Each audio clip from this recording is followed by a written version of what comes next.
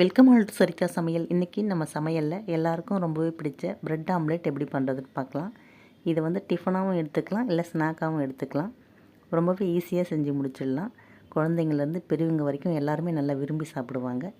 இப்போ இந்த bread omelette பண்ணுறதுக்கு 4 முட்டை எடுத்திருக்கேன். இந்த முட்டையை உடைச்சி ஒரு பவுலில் சேர்த்துக்கலாம்.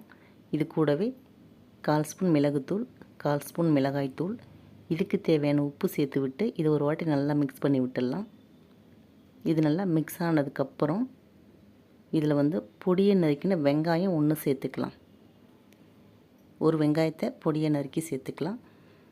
அடுத்து இதில் 2 பச்சை மிளகாய், கொஞ்சம் மல்லி இலை, அடுத்து பார்த்திங்கன்னா பாதி தக்காளி எடுத்துருக்கேன். உள்ளே இருக்கிற அந்த விதை பகுதியெல்லாம் நீக்கிட்டு சின்ன சின்ன பீஸாக கட் பண்ணி சேர்த்துக்கலாம். சேர்த்துட்டு நல்லா மிக்ஸ் பண்ணி ரெடி பண்ணிடலாம். அவ்வளோதான், முட்டையை மிக்ஸ் பண்ணி ரெடி பண்ணியாச்சு. இது ஒரு ஓரமாக இருக்கட்டும். அடுத்து நம்ம ப்ரெட் எடுத்துக்கலாம். நான் வந்து இனிப்பில்லாத ப்ரெட் எடுத்துருக்கேன். இதுதான் வந்து ப்ரெட் ஆம்லேட்டுக்கு நல்லாயிருக்கும். இப்போது இது மாதிரி ஒரு மூடி வச்சு நம்ம ப்ரெட்டில் நடுவில் வச்சு கட் பண்ணி எடுத்துக்கலாம்.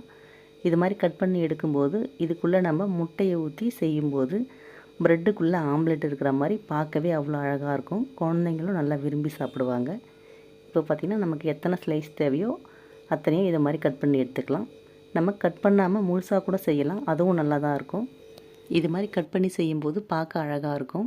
இப்போது ஒரு தோசைக்கல் சூடு பண்ணி இதில் கொஞ்சமாக வெண்ணெய் தடவி விட்டு நம்ம கட் பண்ணி வச்ச ப்ரெட்டை சேர்த்துக்கலாம். சேர்த்துட்டு இப்போ இதுக்குள்ளே நம்ம மிக்ஸ் பண்ணி வச்ச முட்டையை சேர்த்துக்கலாம். சேர்த்துட்டு நம்ம கட் பண்ணி வச்ச ப்ரெட்டை எடுத்து இதுக்கு மேலே வச்சு லைட்டாக ப்ரெஸ் பண்ணி விட்டுடலாம். இப்போது இதுக்கு மேலேயும் லைட்டாக நம்ம வெண்ணெய் தடவி விட்டுடலாம். வெண்ணெய்க்கு பதில் நம்ம நெய் கூட சேர்த்து செய்யலாம். நெய் வெண்ணெய் ரெண்டுமே வேணான்னு நினைக்கிறவங்க நம்ம ரெகுலராக யூஸ் பண்ணுற எண்ணெயை கூட சேர்த்து செய்யலாம், அதுவுமே ரொம்பவே நல்லாயிருக்கும். இப்போது வெண்ணெய் தடவினதுக்கப்புறம் இதுக்கு மேலே நம்ம லைட்டாக கலந்து வச்ச முட்டையை சேர்த்துக்கலாம். இந்த ப்ரெட்டு மேலே எல்லா இடமும் படுற மாதிரி நம்ம முட்டையை சேர்த்து விட்டுடலாம்.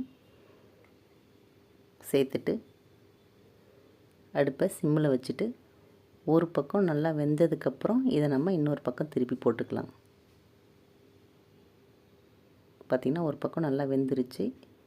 இப்போ இதை நம்ம திருப்பி போட்டுடலாம். திருப்பி விட்டு இப்போ இந்த ப்ரெட்டு மேலேயும் நம்ம எல்லா இடமும் படுற மாதிரி கலந்து வச்ச முட்டையை சேர்த்துக்கலாம். சேர்த்து விட்டு இப்போ இதையுமே நல்லா திருப்பி விட்டு 2 பக்கமும் நல்லா வெந்ததுக்கப்புறம் எக்ஸ்ட்ரா இருக்கிற பீஸெல்லாம் நம்ம கட் பண்ணி எடுத்துக்கலாம்.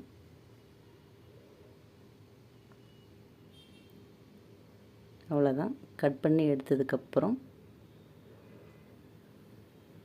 இதை நம்ம வெளியில் எடுத்துடலாம்.